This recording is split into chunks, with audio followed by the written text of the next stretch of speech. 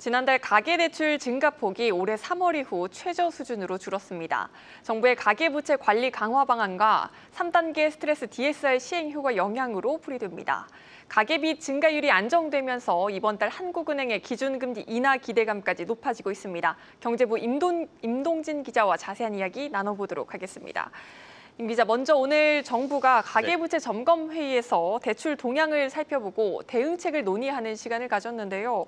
현장에선 어떤 내용들이 나왔습니까? 네, 일단 지난달 전 금융권 대출은 은행권과 제2금융권 모두 증가폭이 줄었습니다. 2조 2천억 원 늘어난 것으로 집계됐는데요. 가계대출은 4월부터 6월까지 계속 5조 원 이상 증가해 왔는데 이번에 대폭 축소된 셈입니다. 증가폭은 안정됐지만 오늘 회의에서 참석자들은 이미 이루어진 주택 거래와 대출 승인액 등을 감안할 때 당분간은 주담대를 중심으로 한 가계대출 증가 추세가 이어질 수 있다고 전망했습니다. 또 필요하다면 규제 지역 LTV 추가 강화, 주택담보대출 위험가중치 조정 등 조치를 즉각 시행할 것이라고 밝혔습니다. 네, 또 금리 얘기 빼놓을 수 없겠습니다. 미국이 9월 기준금리를 인하할 것이란 전망에 무게가 실리고 있고 우리도 이렇게 가계대출이 안정을 찾고 있다는 신호가 나오고 있는 만큼 한국은행이 금리 인하에 대한 부담을 조금 덜어낼 수도 있을 것 같습니다. 네, 맞습니다. 한국은행이 일단 기준금리를 결정할 때 고려하는 대표적인 요소들은 집값, 그리고 가계부채, 수출, 그리고 내수 등입니다. 이제 관세 불확실성이 해소됐고 가계부채 증가폭도 축소된 만큼 금리 인하 허들이 상당히 낮아졌다고 볼 수 있습니다. 또 민생회복 쿠폰으로 소비가 개선됐음에도 KDI가 경제 성장률 전망치를 0.8%로 유지하는 등 경기 둔화 우려가 큰 상황인 만큼 금리 인하를 통해 내수 부양에 나설 것이란 관측이 나옵니다. 미국과의 금리 격차가 2%포인트로 역대 최대 수준인 것은 부담인데요.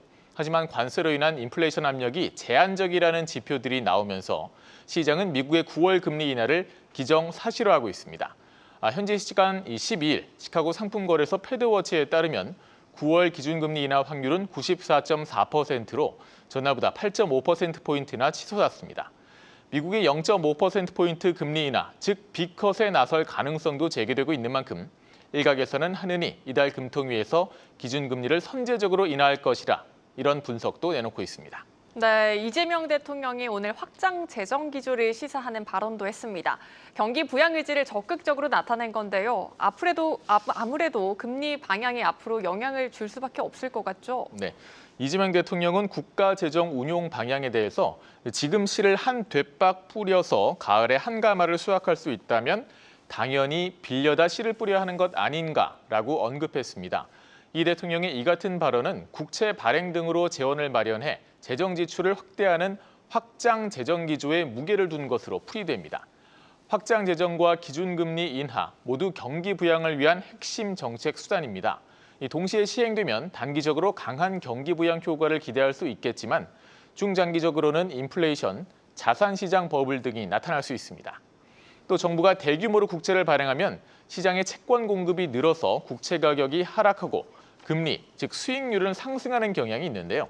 이는 특히 장기 금리를 올리는 압력으로 작용합니다. 기준금리 인하 효과가 장기 금리 상승 때문에 일부 상쇄될 수 있는 만큼 정부와 한국은행이 이 정책 조율이 필수적이라는 의미입니다.